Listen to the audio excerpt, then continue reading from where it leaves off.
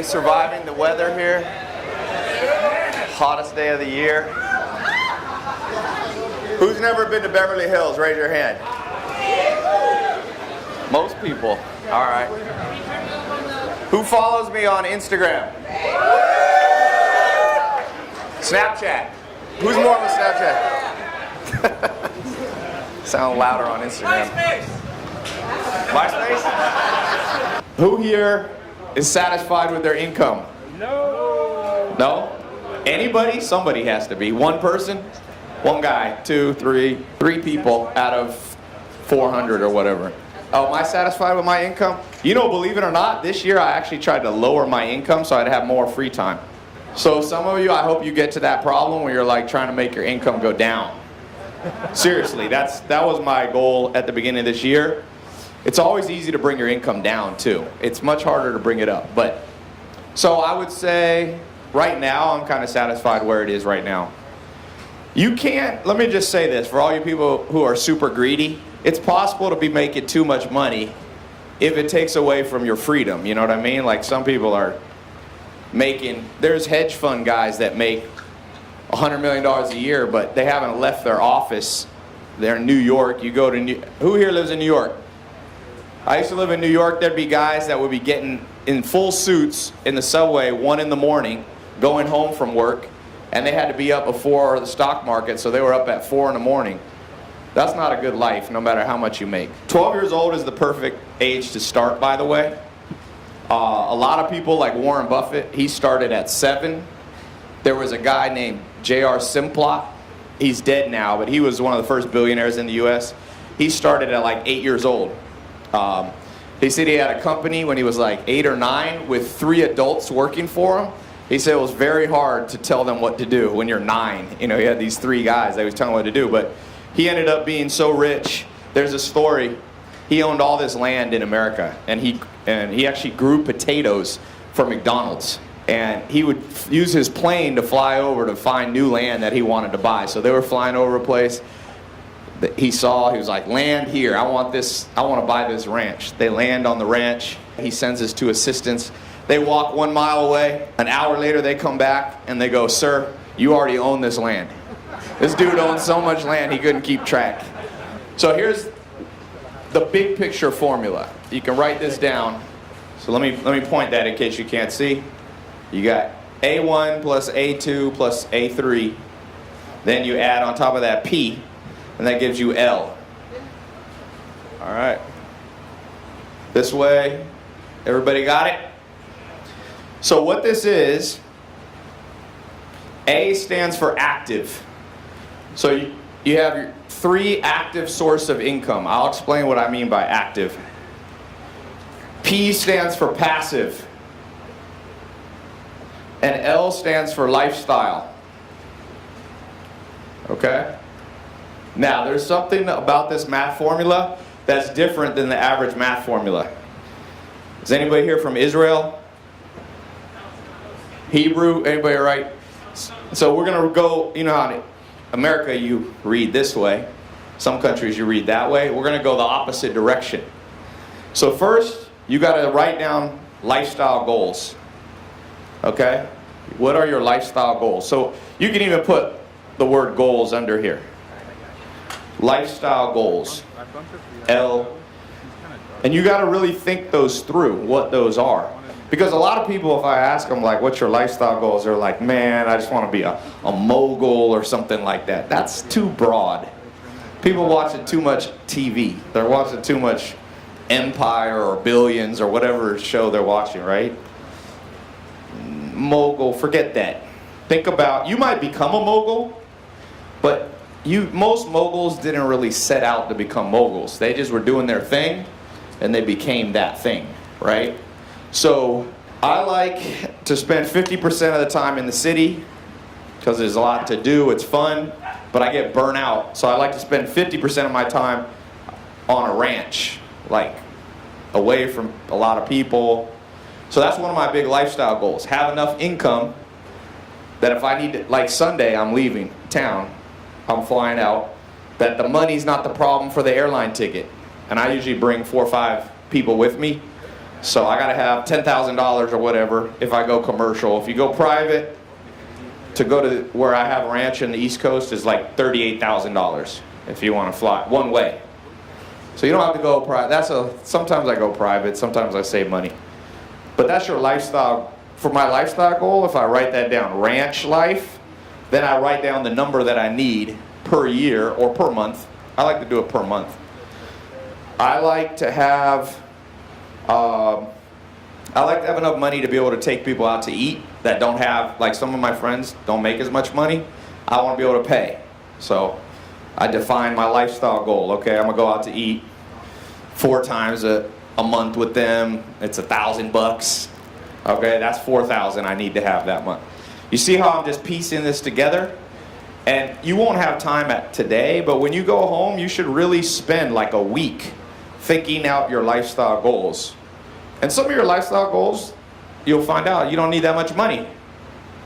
Some of them are free. Like one of my lifestyle goals in 2012, before I started doing social media, I like to read books. But sometimes I felt guilty reading books all day because I was like, I'm not making any money. So I was like, how can I make money from books?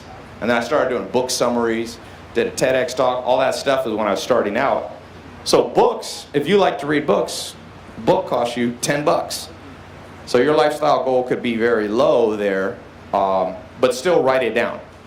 So you add up all your lifestyle goals, 1, 2, 3, 4, 5, you might have 100. Hopefully you don't have 100.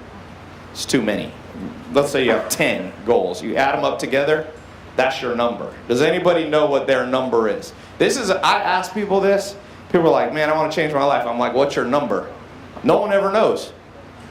It's a tragedy in school, man. You should have spent a whole year mapping out your number.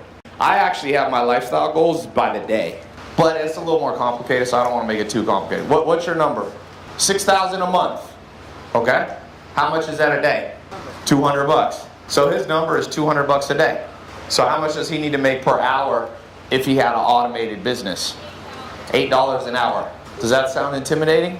But you got to make it 24/7. That's the key. So you have to go online, because if you have a store or you're like selling your services, you won't be able to make $8 an hour 24 if you sleep. Definition of passive: doesn't make you money while you're sleeping. And I'll add one thing. If you're working on it for 1 hour a month, it's active income. Who here is unemployed? One. Okay, most everyone has a job. Right now, that's your A1 for a lot of people, your 9-to-5 job. Let me just say one thing that gets people confused. Don't build these all simultaneously. You cannot do it. Confucius said, the man who chases 2 rabbits catches 0. If there's 2 rabbits and you got a gun and you're like, which one do I shoot? By the time you do that, they both are gone. And so if you try to build 3 active income all at the same time, odds are you'll have nothing. Nothing will be making you money. So what I do, I get one up and going, I catch the rabbit, I run it for like at least 18 months, make sure it's going, then I'll hire somebody else to run it for me, and then I'll go and start A2, and then A3. How many A's does Warren Buffett have? I looked on his Wikipedia, he has like 99. Joe's going to be teaching you a great source of income, which is social media marketing agency. Who's in my social media marketing program? Cool, a lot of you. If you already have a job, that's a great second one to build as a part-time thing. If you don't have a job, that thing is people around the world are making a lot of money in this program. It's crazy the amount of testimonials I get. I was in Australia. I went with Arnold Schwarzenegger to speak at this thing that he had. Actually, is Gore in here? He's a promoter down in Australia. He brought me to Australia. He brings Arnold Schwarzenegger there. And while I was walking around the day before I gave a talk, this kid comes up to me. Two people, actually. I put it on my Snapchat if you follow. One kid, I was at the gym in the hotel, and he comes up to me and he's like, I'm 17 years old, I'm still in high school. I started a social media marketing agency. And I said, how much are you making? He's making 17,000 Australian, which was like 12 grand a month US. That's good, while he's still in high school. And he said he's only been doing it for like 6 months. He actually flew out here, last month or 2 months ago. I did my 300 dinner. Have you guys heard about these dinners I'm doing? These you can't pay to get in. They're just, I invite the people who get the best results. So I'm trying to specifically track 300 people from rags to riches. That kid was invited into the 300 group. Because if you're 17 and you're making 12 G's a month, you're on track to do big things. What did Drake say? If you don't have haters, you're not popping. If you just start doing stuff, you start posting, that person you thought was a friend, you'll be like, oh, why you gotta show off? Why you gotta show off? That's the person that you kick out of the circle. People should either be giving you constructive criticism. They don't always have to approve everything. Either constructive or they should be nice. You don't need anything else in that circle. You will make the average of the 5 closest people to you. That's an old saying. Guess your 5 closest friends' income. Is the average friend making 30 to 40 and you're making 50? So you're the best one in the group. You don't want to be the best one in the bubble. You want this bubble to be full of people that intimidate you. All growth comes from being intimidated. If you're always feeling comfortable, comfort comes from status, right? You feel good around your friends, you know your status with them, you're comfortable. When you go into a group, you know, if right now Elon Musk, Mark Zuckerberg, all these people walked into this room and said, hey, come to dinner with us, we're all going to chat about business, going to share. You might be like, uh-oh, I don't know what I'm going to do. I don't have anything to contribute. Good, that's the room you want to be in. So for example, I'll tell you one simple thing. Who here would rather, instead of being able to bench 350, be happy with 300, but $300,000 in your bank account? I have a shirt that says, it's for all the meatheads in LA, less bench, more bank. See what I'm saying? Every person here should read a book a week for the next 18 months. That's 52 books a year. Now, I count audio books. When everybody else is listening to music, I got nothing against music, but I do have something against music if you're listening to it 8 hours a day. That's not a balance. I can tell you this, I know Rihanna, I know they're getting rich. They're happy that people listen to music 8 hours a day. It makes them rich, but it doesn't make you rich. Does that make sense? You can't always make other people rich. You also have to focus on yourself some. In the time when your friends, like on the way to school, when you're answering emails, when you're working out in the gym, you don't have to listen to music to work out. Some people argue with me and they're like, well, you should not listen to audiobooks while you lift weights because you won't get as strong. Well, fine, don't be as strong. So maybe there's truth to that. I'm willing to take that compromise. So you should go through one book every 7 days. Either read it, skim it. Who here is in Mentor Box? It's a company me and Alex started. We have summaries of the books. It's $7 a month. We give you all the book summaries per month that you can handle. Who here has $7? So just knowing stuff makes you go up. And if you study status and psychology, being stupid lowers you on the totem pole. I once went on a date with a girl, one of the most beautiful girls in Los Angeles. I'll never forget, I was in Santa Monica, I was at a restaurant, and I was like, we were just talking, and I was like, yeah, I gotta go to Miami next week. And she goes, Miami, where's that? I've heard of it. And I was like, oh my God. This was American too. She's like, Miami, I've heard of that. She's like, is that Northern California?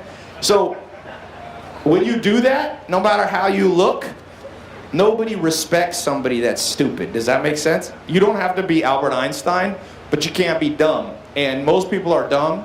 You read 52 books a year, I promise you, your status in other people's eyes will go up naturally without you trying it, without you forcing it. The best way to laugh, I promise you this, especially for a lot of people in a room, how you think. People shut up when you make more money than them. I'm telling you.